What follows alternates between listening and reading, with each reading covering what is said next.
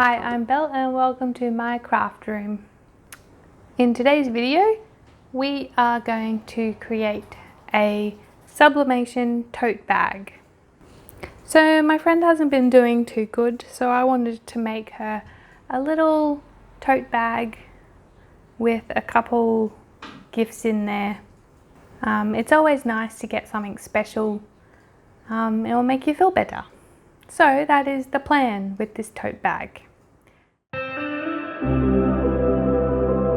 So first of all, you're going to need a design. I got my design today from Fabrica.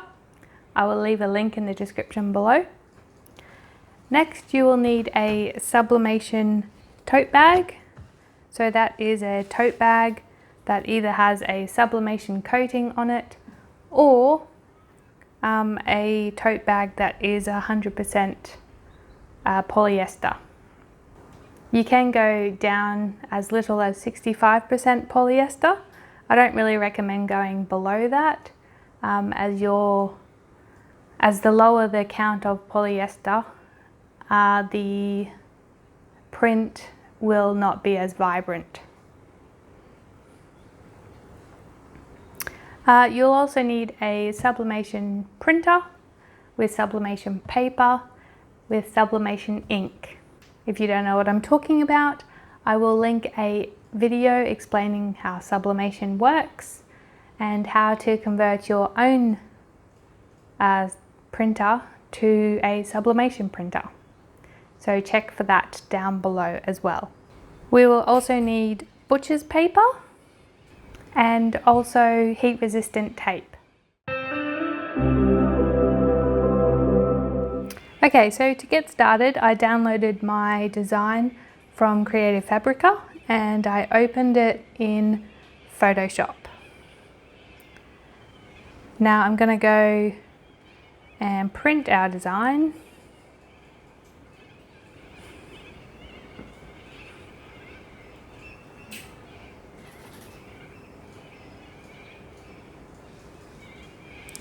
Now this is my sublimation printer.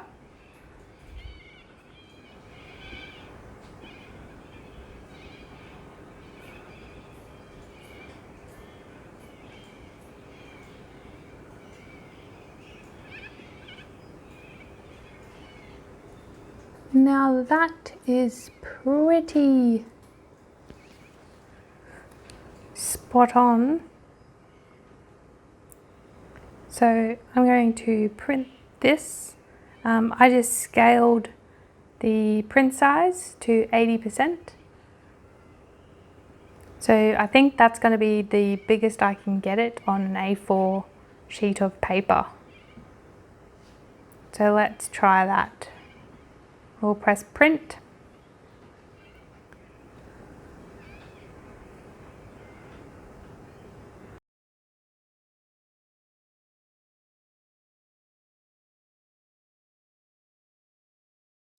So I've set up my printer to mirror the image automatically.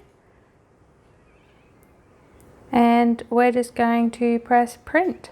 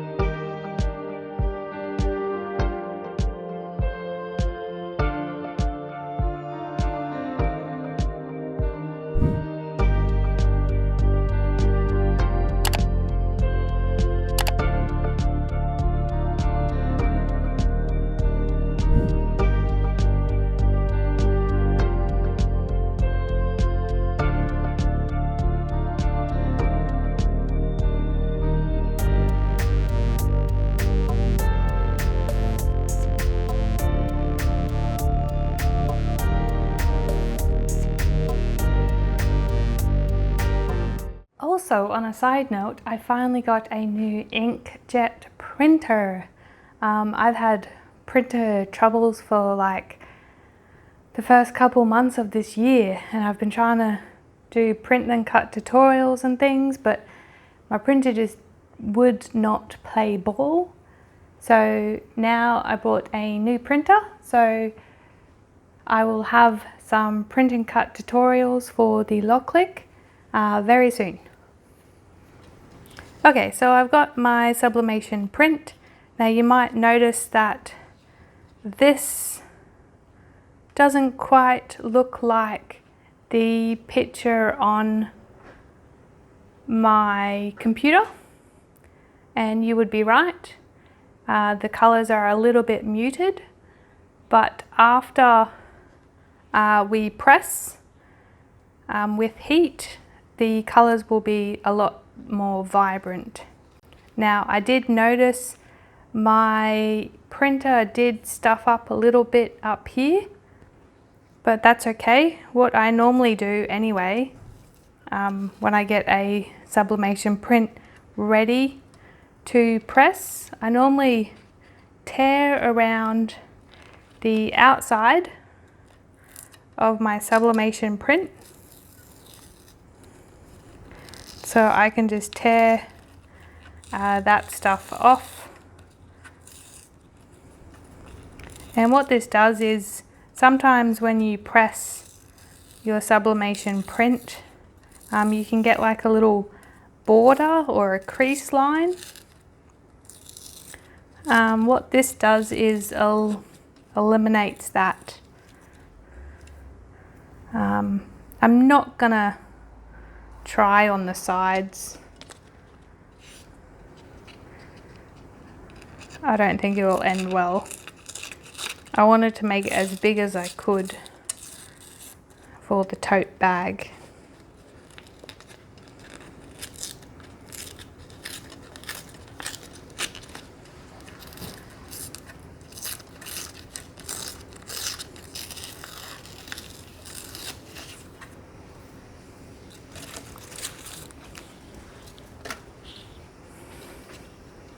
All right, so our sublimation print is ready to rock and roll. Now for our blank, what we got to do first is I like to preheat it.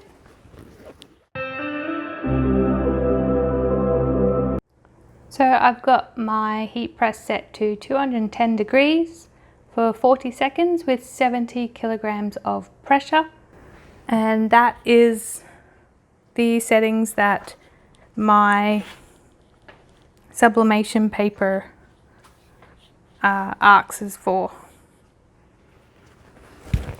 So we're over at our press with tote bags. Because they've got a very big seam, I like to put a pillow in them, and it just lifts up our tote bag enough that the seam shouldn't bother our print. Now I'm going to pre-press that. I might pre-press it for the entire time just because there's quite a big couple creases in that tote bag.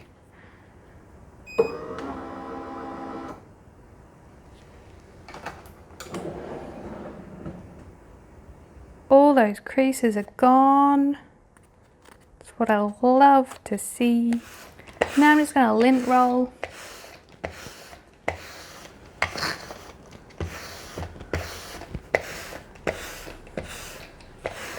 Just like that. Okay, now to protect our lovely heat mat inside our bag, what we're going to do is we're just going to put a couple sheets of butcher's paper. You can also use just normal copy paper or packing paper. And that's just going to protect our heat mat and also the back of the bag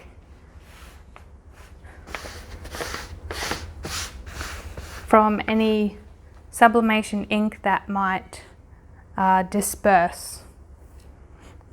Alright, now we've pre-pressed, we've got our protective paper. Now we're going to put our design.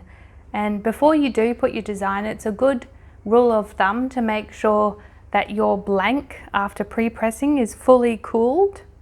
If you don't, you can get ghosting, which is where the image kind of looks like it's been pressed twice in different spots. And you can also get the image to be blurry as well. So just make sure that your blank is totally cooled. That's why I put the paper in after, because the paper actually holds a lot of heat. If you pre-press with the paper in, it takes longer for it to cool, but that's pretty much cool. Now we're going to use heat resistant tape. Got some heat resistant tape here. We're going to use that to secure our design onto our blank. So we have our blank upside down, our handles are here, so we need to put our blank upside down. So I'm just going to get that in the center. That looks pretty good to me. And I'm just gonna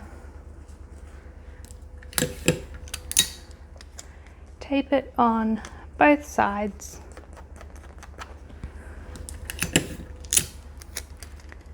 And the bottom.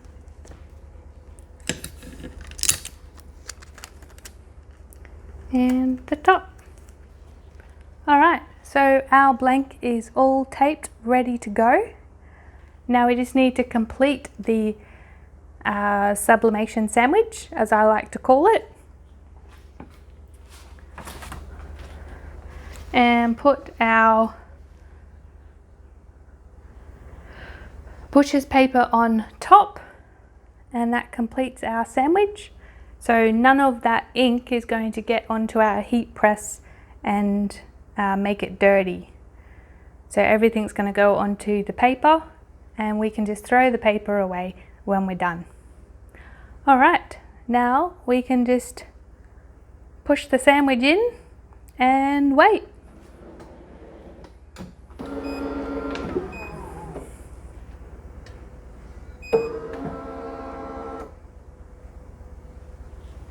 Alright, our heat press is done. We can pull our tray out. Now be careful, it will be hot. We'll take our protective paper off. So that actually doesn't look like any ink transferred onto that. So I could probably use that paper again.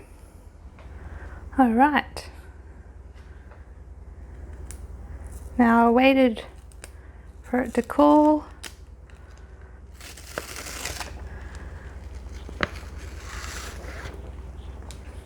Oh, it's beautiful.